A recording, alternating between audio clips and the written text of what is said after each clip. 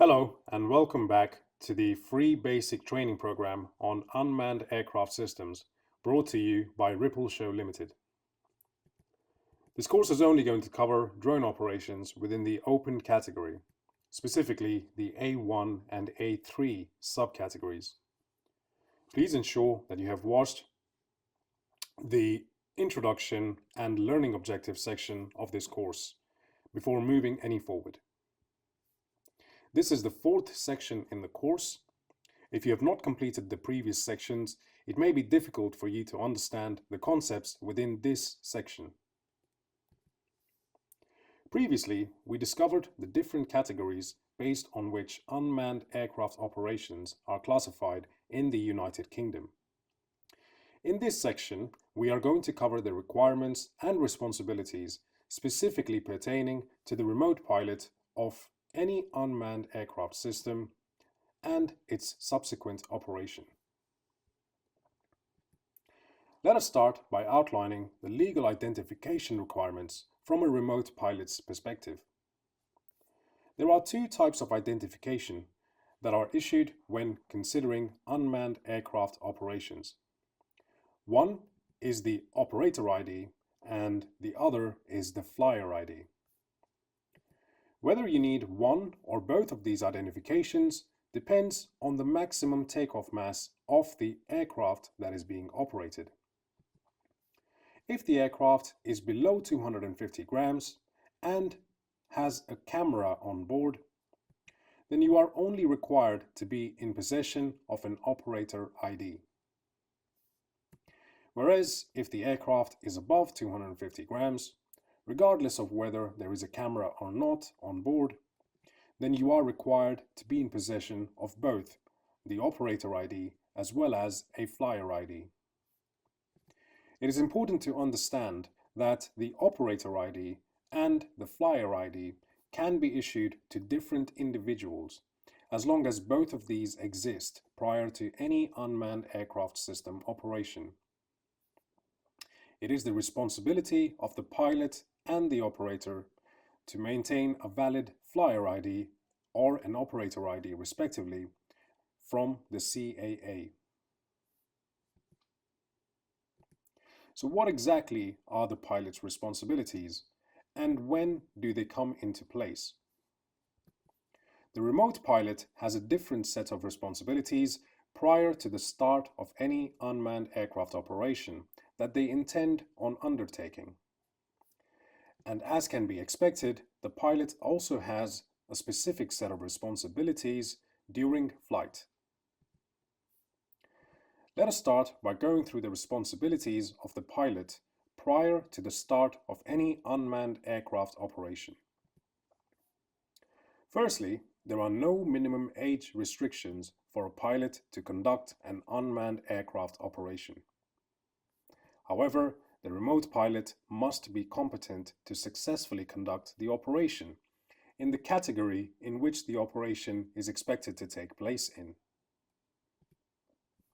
The remote pilot must carry proof of competency, if available, while operating the unmanned aircraft system. They must obtain updated information about any geographical zone in the area of the intended operation prior to the start of any unmanned aircraft operation. They must carefully observe the operating environment and check for any obstacles or the presence of any uninvolved persons. They must conduct checks on the unmanned aircraft system itself and ensure that it is in a condition to function properly and safely for the entire duration of the planned operation. Once all the relevant checks have been completed and the aircraft is ready for takeoff, the remote pilot will now have specific responsibilities for the duration of the flight. The pilot must ensure that they do not consume or are under the influence due to prior consumption of any psychoactive substances. Essentially, they need to make sure that they have not consumed anything that may change their reaction times or even their judgment. Additionally, they must ensure that they are fit to perform their duties and are free of any injury, fatigue, sickness, or any other conditions that may be cause for the detriment of their performance. As previously mentioned, they must maintain visual line of sight of the aircraft throughout the operation, unless of course the follow me exemption applies, only in the A1 subcategory that is. They must conduct thorough ongoing visual scans of the airspace surrounding the unmanned aircraft system as part of the ongoing operation. They must especially watch out for any manned aircraft that may be on an interception course or may otherwise be a cause for any concern. If employing a first-person view, the pilot must also employ the services of an unmanned aircraft observer. Communication between the observer and the pilot must be clear, effective, and agreed on in advance. It is the remote pilot's responsibility to never fly close to or inside areas where any emergency response effort is ongoing. The remote pilot must always comply with operational limitations in geographical zones. In the UK, since geographical zones do not exist, the pilot must comply with any operational limitations otherwise set out or listed in the Aeronautical Information Publication or in the Aeronautical Information Circulars or any other publications that have been provided through the Aeronautical Information Service or via any other emergency services platform. They must comply with any operator's procedures that have been given to them by the operator of the unmanned aircraft system. They must have the ability to maintain control of the unmanned aircraft system, unless there is a case of a lost link.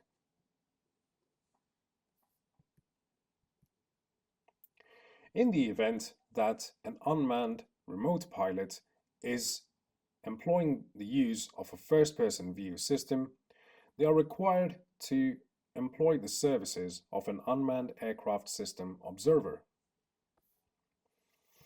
The observer is not legally required to have a flyer ID themselves, and they are not in any manner or form responsible for the safety of the flight itself. However, they must be standing next to the pilot at all times during the operation, allowing them to communicate effectively and clearly with the pilot.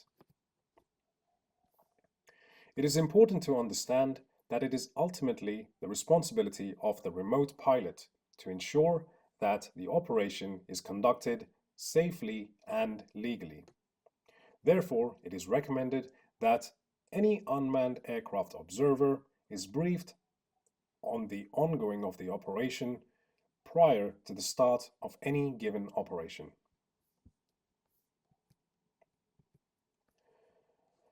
Unmanned aircraft systems operate within the same airspace as traditional manned aircraft. Therefore, when considering unmanned aircraft operations, it is important that the remote pilot does not overlook or take their responsibilities lightly. The remote pilot's responsibilities start well in advance of planning any operation. They must take into account legal and safety aspects. They are responsible for ensuring that the aircraft is kept within visual line of sight at all times. They also must ensure that the aircraft is in good condition to carry out the operation as intended. Additionally, they must communicate with the operator and ensure that they comply with any procedures that have been set out to ensure the safe and effective operation of the aircraft by any operator of the aircraft. There are no minimum age restrictions to conduct an operation as a remote pilot. However, the remote pilot must be competent enough to conduct the intended operation, both physically and mentally.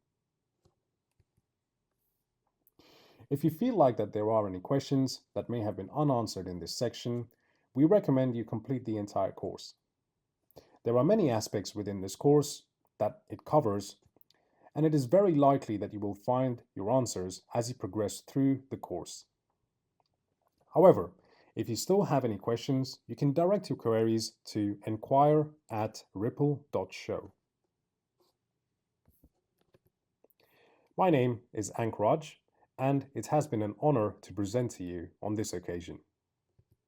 This course has been brought to you by Ripple Show Limited. All rights are reserved and liabilities abstained.